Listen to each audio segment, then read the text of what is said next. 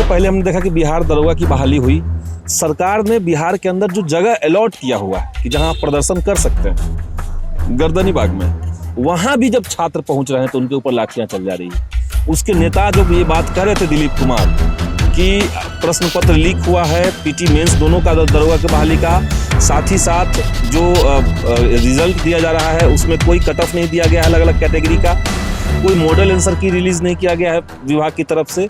ये बात कहने के लिए उसको अरेस्ट कर लिया गया। अभी जो पेपर लीक है, एक एक पेपर लीक के लिए आप समझिए कि एक परीक्षार्थी से, एक विद्यार्थी से 10-10 लाख रुपए ले रहे हैं लोग, और वो ऊपर तक जाता है। 23 मार्च को ही हम आंदोलन करेंगे। 23 मार्च को शाम को गर्दनी बाग में 25 घंटे का एक धरने का बात हुआ है। नमस्कार, आप देख रहे हैं लाइव बिहार और आपके साथ मैं अमन कुमार।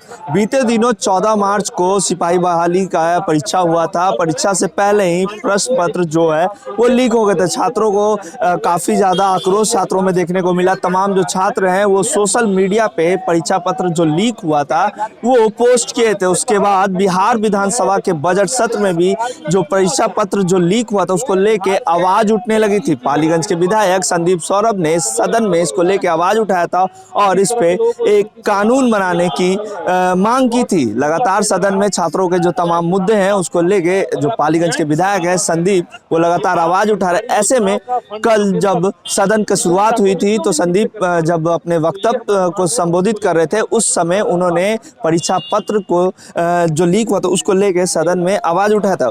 संदीप हमारे साथ है। संदीप, कल सदन में आपने प्रश्न पत्र लीक, सिपाही बहाली प्रश्न पत्र लीक को लेकर आवाज उठाया था।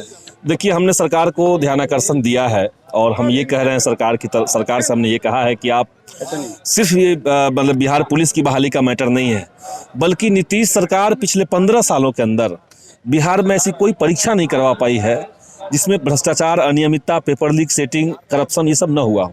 हर परीक्षा में ये है। हम सरकार से यही मांग कर रहे हैं कि आप एक ठोस नीति बनाइए जहां पे प्रश्न पत्र लीक ना हो। लीक होना किसी प्रश्न पत्र का सिर्फ उस एग्जाम के जो छात्र हैं, अभ्यर्थी जो हैं, सिर्फ उनका मुद्दा नहीं है। जो लोग घर बैठ करके पढ़ाई लिखाई कर रहे हैं, नौकरी की तैयारी कर रहे हैं, नौकरी लेने का सपना देख रहे हैं, उन तमाम छात्रों और युवाओं के अंदर समझिए कि एक तरह की निराशा, एक अवसाद इस पूरे पैटर्न के चलते बनता जा रहा है। तो एक मांग हमने उसमें ये उठाई है। दूसरी बात हमने कहा है उसी ध्यानाकर्षण प्रस्ताव में कि सरकार को चाहिए कि जो बहालियां आ रही हैं सरकार की तरफ से अलग अलग विभागों की, उन तमाम विभागों की बहालियों में सरकार एक नीति बना दे कि आप बहाली अगर अनाउंस करते हैं तो उसी के साथ आपको उसकी अधिकतम समय सीमा, कब तक आप ये बहाली कंप्लीट कर लेंगे, मतलब बहाली के एडवर्टाइजमेंट से लेकर के परीक्षा लेने, रिजल्ट आने, सेकेंड लेयर का अगर एग्जाम है तो उसको करने, मेरिट लिस्ट बनाने और ज्वाइनिंग, ये जो पूरा चरण चलता है इसको लेकर के सरकार एक समय सीमा तय कर दे हर परीक्षा का। वो विभाग अपने से दे कि हम 2 साल के अंदर बहाली करवा लेंगे, और अगर वो 2 साल के अंदर कंप्लीट नहीं होता है तो उस विभाग के ऊपर कार्रवाई की जाए। ये 2 मांग हमने रखी। अपने फेसबुक पेज पे भी तमाम चीज़ों को जाहिर किया था। लगातार बिहार में जो परीक्षा जो हो रही है कॉम्पिटिटिव, उसमें प्रश्न पत्र जो है वो पहले ही लीक हो जाता है। आखिरकार क्या शिक्षा विभाग पूरी तरह से विफल है? सिर्फ शिक्षा विभाग नहीं, देखिए बिहार सरकार में एक नया ट्रेंड जो देखने को मिल रहा है कि इन्होंने करप्शन को डिसेंट्रलाइज कर दिया है। माने ऊपर से पैसा लूटा जाता है, ये तो सब लोग जानते हैं, लेकिन उसको छोटे छोटे टुकड़ों में हर जगह पे फैला दिया गया है, करप्शन को, भ्रष्टाचार को। अभी जो पेपर लीक है, एक एक पेपर लीक के लिए आप समझिए कि एक परीक्षार्थी से, एक विद्यार्थी से 10-10 लाख रुपए ले रहे हैं लोग, और वो ऊपर तक जाता है। परीक्षा के समय, माने चुनाव के समय तहसीली होती है, ऊपर से सरकार के अधिकारी तहसीलते हैं, सरकार तक पैसा जाता है।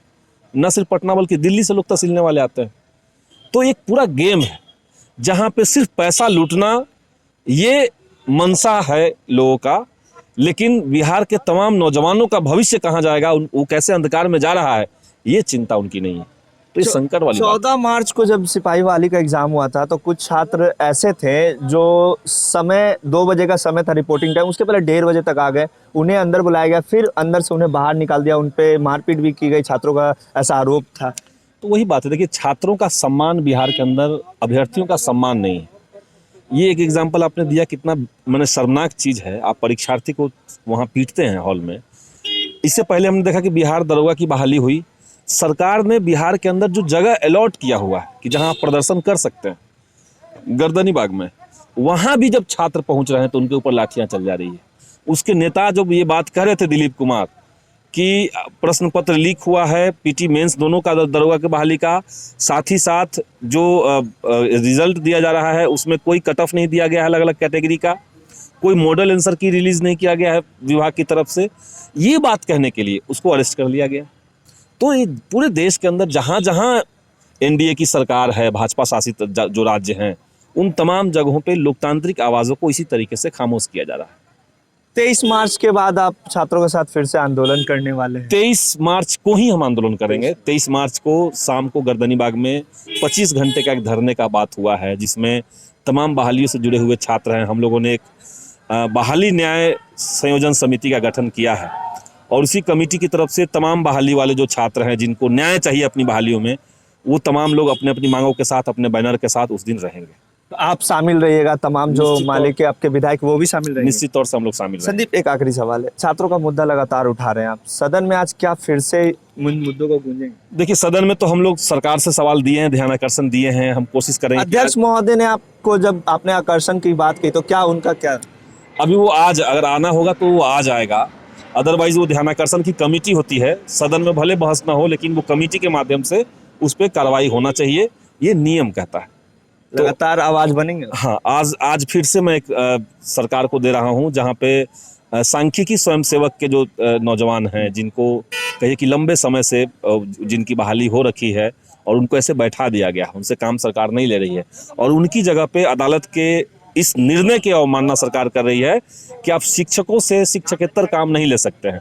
तो सांख्यिकी स्वयंसेवक संघ का जो काम था, उस काम को शिक्षक से भी सरकार करवा रही है। तो इसको खत्म किया जाए और उनकी बहाली की जाए, ये हम आज निवेदन सरकार को एक विधानसभा के अंदर दे रहे हैं।